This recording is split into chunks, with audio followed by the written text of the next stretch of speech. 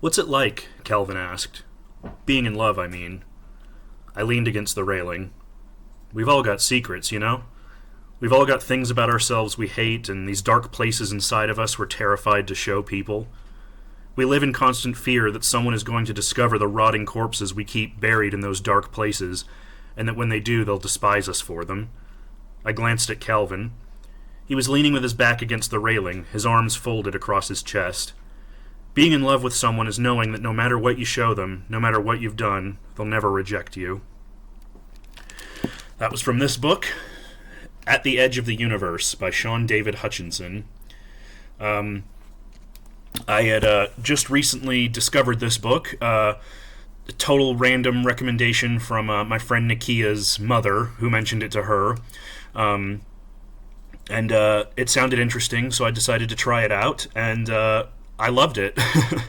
I was shocked. It was a total surprise. I've been getting more into YA stuff lately, and yeah, this is a YA sort of gay romance, a little bit of science fiction, but I really didn't have any expectations, and I was pleasantly surprised. This turned out to be an incredibly moving, emotional read, and I really, really liked it. So this book is about a high schooler named Oswald, or Ozzy, to his friends. And him and his friend Tommy, they've been friends forever, and they've been boyfriends since 8th grade. But then one day, Ozzy wakes up, and he finds himself in a world where Tommy never existed. Their friendship, their relationship, none of it ever happened. Tommy seems to have been completely erased from the entire universe, from reality itself. And on top of that, Ozzy finds out that the universe itself is shrinking bit by bit each day, and he has no idea what to do about it, but he decides to try and find Tommy to figure out what's happened to him, because he seems to be the only one who remembers that Tommy ever existed. So the book details his attempts to find out what happened to Tommy.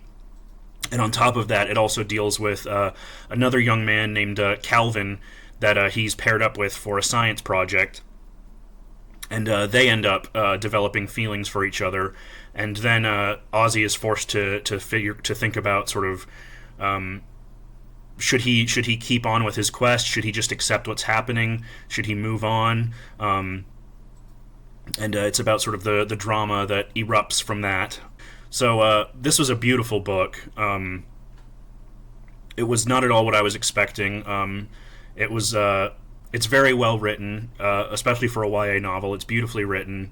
And there's a lot of wonderful themes about sort of moving on, of sort of the ephemerality of relationships, especially high school relationships. There's a lot of this sort of sense of waiting for something to happen. Part of the reason, a big sort of theme in the book is about how Ozzy has all these opportunities and all these things that are going on, because he's about to graduate high school, he's thinking about college. Part of him wants to embrace that, wants to get in, wants to move on from his town, wants to sort of live his life. But then the other side of him is scared, because what if while he's gone, Tommy returns to him? What if he's not there for him? So he's sort of in flux throughout the book, sort of wondering what's going to happen to him, what's going to happen to Tommy, like where his life is going to lead. Should he stay or should he go, basically?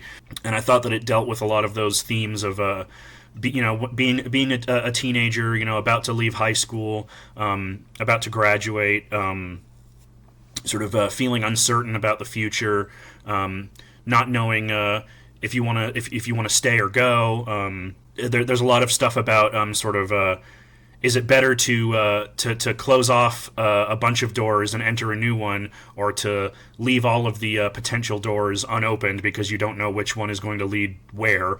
On top of that, his relationship with Calvin is so beautifully written. It's tender, it's emotional. Calvin is sort of a misfit. He's going through a lot of stuff. which the book explores very unflinchingly.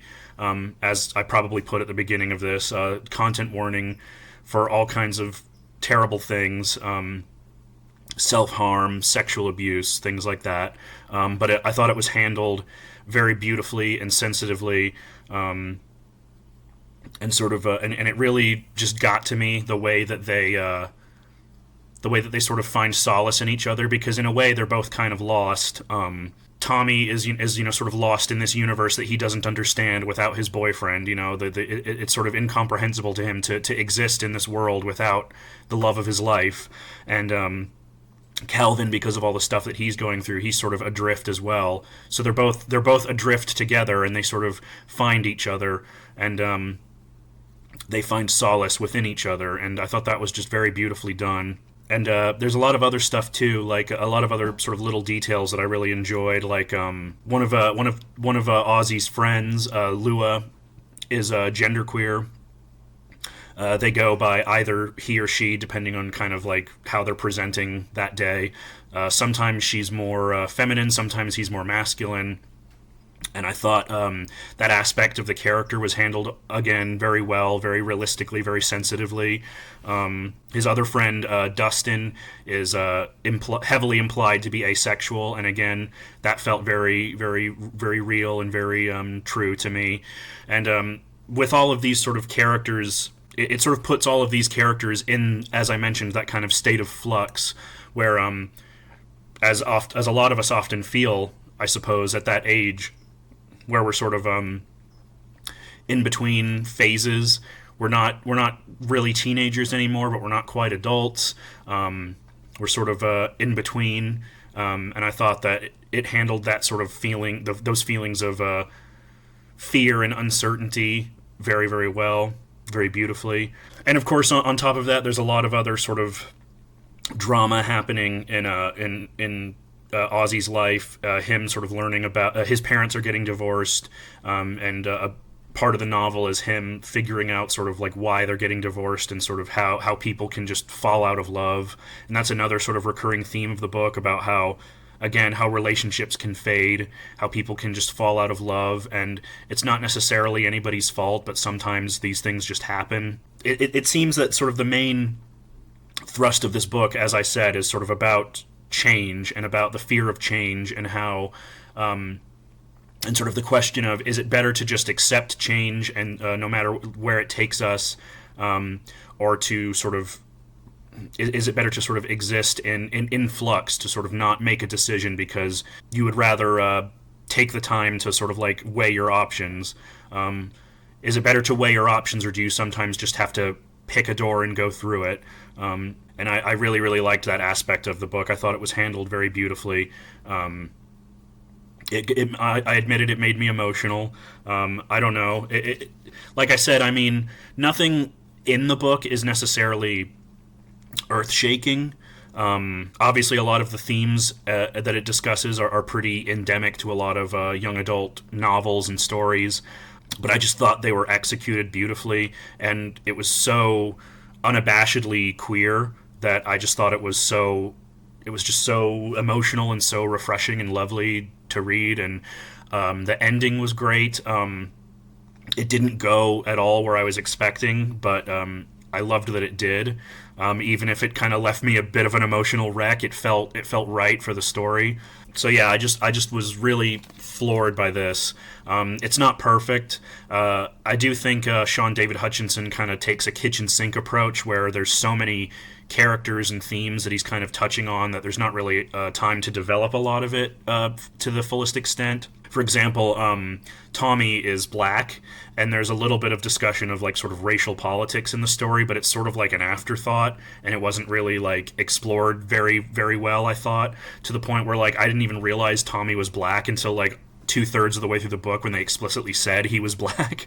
But that's a minor quibble. I thought this was a lovely, powerful, emotional, beautifully written book about sort of, love and relationships and change and maturity. it was great, and I know Sean David Hutchinson has many other books, including We Are the Ants, which is referenced there, and it's actually referenced in the book too, because Tommy works in a bookstore, and someone asks for the book at one point. But so I enjoyed this so much, and this was a total surprise.